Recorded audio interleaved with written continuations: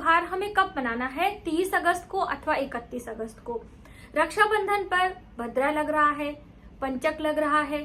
30 अगस्त को सुबह सवेरे सूर्योदय के साथ में चतुर्दशी तिथि प्राप्त हो रही है।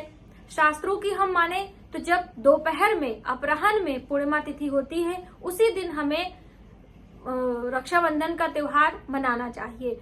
अब बहुत सारी कंफ्यूजन है, तो उस कंफ्यूजन को हम दूर करेंगे आज के इस वीडियो में। तो आप इन तक बने रहें, सभी जानकारी प्राप्त करके शुभ मुहूर्त में सभी बहनें अपने भाइयों की कलाई पर रक्षा सूत्र बांधें और स्वयं के लिए आशीर्वाद प्राप्त करें।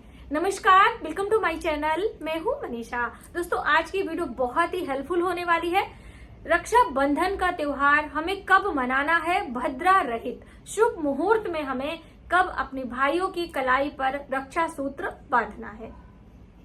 जैसे कि दो त्योहार भद्रा काल में कभी भी नहीं किए जाते हैं, जैसे कि श्रावणी, जो कि श्रावण मास की पूर्णिमा तिथि पर रक्षाबंधन का पर्व मनाया जाता है, उसे श्रावणी कहा जाता है। और फाल्गुनी यानी कि जो फाल्गुन के महीना में पूर्णिमा तिथि आती है और होलिका दहन होती है। तो ये दो त्योहार भद्रा में नहीं किए जाते हैं, हमारे लिए शुभ नहीं होता है।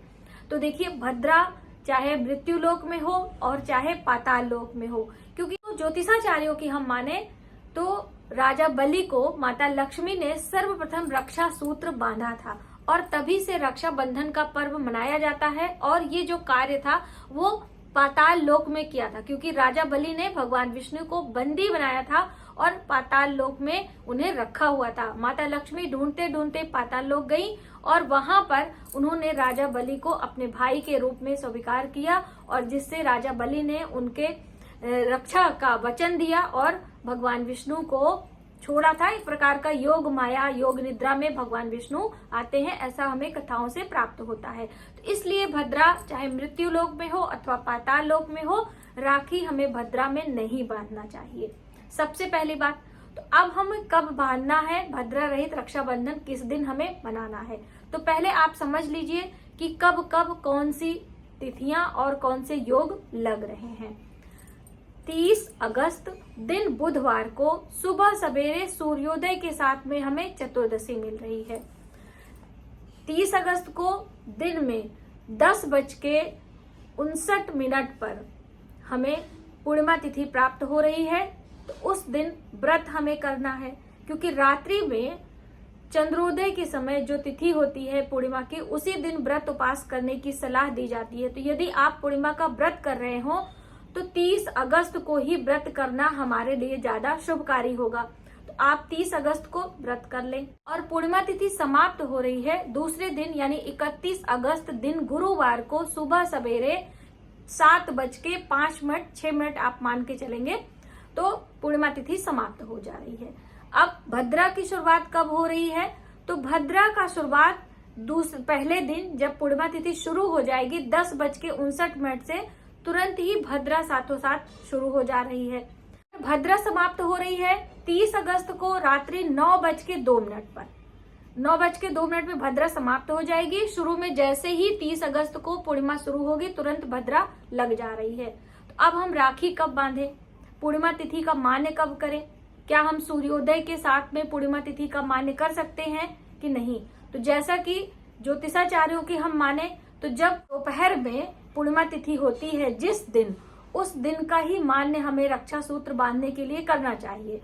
अब उसी दिन भद्रा लगी हुई है तो कैसे करेंगे, तो आप रक्षा सूत्र यदि विधि विधान नियम के अनुसार बांधना चाहते हैं तो 30 अगस्त को 9:03 से राखी बांध सकते हैं। पूरी रात में आप राखी बांधें, जैसा भी बांध सकते हैं।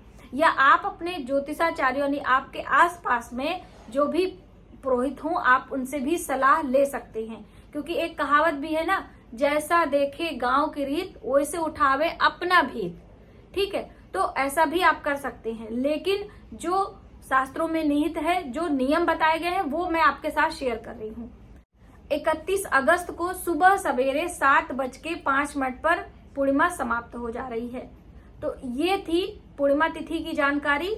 और पंचक भी 30 अगस्त से ही लग रहा है। लगातार 5 दिनों को पंचक कहा जाता है। पंचक काल में विवाह नहीं करना चाहिए और साथ ही जो अंतिम संस्कार होता है, हमारे 16 संस्कार में अंतिम संस्कार जिसे मुखाग्नि कहते हैं, वो नहीं करनी चाहिए। उसके कुछ खास नियम होते हैं, इन्हें अपनाकर मुखाग्नि यानी अंतिम संस्कार के नियम का पालन करते हैं।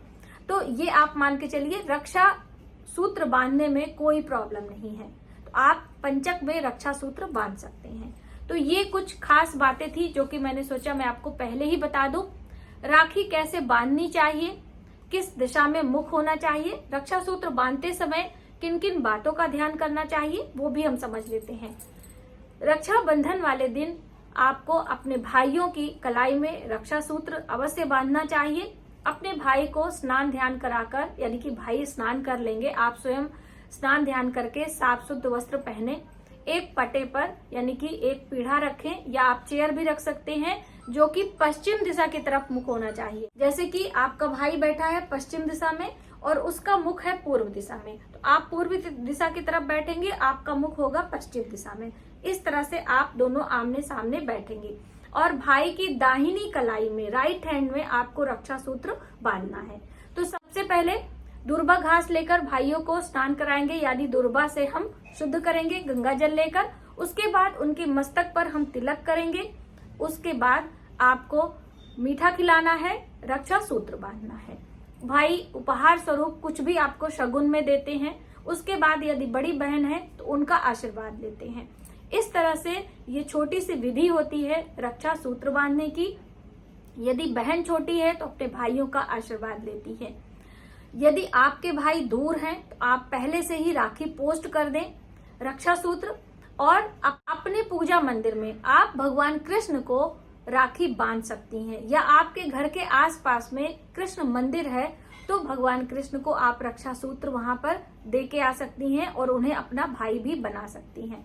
भगवान गणेश को भी रक्षा सूत्र बांधा जाता है। ऐसी परंपरा है कि जिन बहनों के भाई दूर रहते हैं वो भगवान गणेश की कलाइयों में रक्षा सूत्र बांधकर अपने और अपने भाई के उत्तम स्वास्थ्य और दीर्घ आयु की कामना करते हुए भगवान गणेश से आशीर्वाद लेती हैं। जिस तरह से हम अपने भाई को आसन देते हैं, उनको दुर्बा घास से शुद्ध करते हैं, फिर तिलक लगाते हैं, मिठाई खिलाते हैं, उसके बाद उनकी कलाई में रक्षा सूत्र बांधते हैं और उनका आशीर्वाद लेते हैं, और ये विधि विधान होता है। तो इस तरह से आप भगवान गणेश या फिर भगवान कृष्ण के मूर्ति में, जो हमारे पूजा मंदिर में होती है, ऐसा कार्य आप कर सकते हैं। क्योंकि बहुत सारे लोगों का सवाल रहता है कि मैम हमारे भाई दूर हैं घर से, उन्हें मैंने राखी पोस्ट करी है लेकिन उनकी कलाई पर हम राखी नहीं बांध पा रहे हैं। तो ऐसी यदि समस्या हो तो आप ऐसा भी कर सकते हो, और ये कार्य हर साल आपको करना चाहिए। पूरे 1 वर्ष तक वो रक्षा सूत्र आपको अपने पूजा मंदिर में रखना चाहिए। यदि आप ऐसा करते हैं तो ईश्वर की कृपा आप दोनों पर बनी रहती है और पूरे वर्ष खुशियां आपके घर में बनी रहती हैं। दोस्तों, बहुत सारा कंफ्यूजन है। जैसे जैसे जानकारी प्राप्त होगी हम आपके लिए आगे नई नई वीडियो रक्षा बंधन से संबंधित लेकर आते रहेंगे। तो आप पहले राखी पोस्ट करने से पहले आप ये सारी बातें जान लें और नियम के अनुसार ही रक्षाबंधन का त्योहार आपको मनाना चाहिए।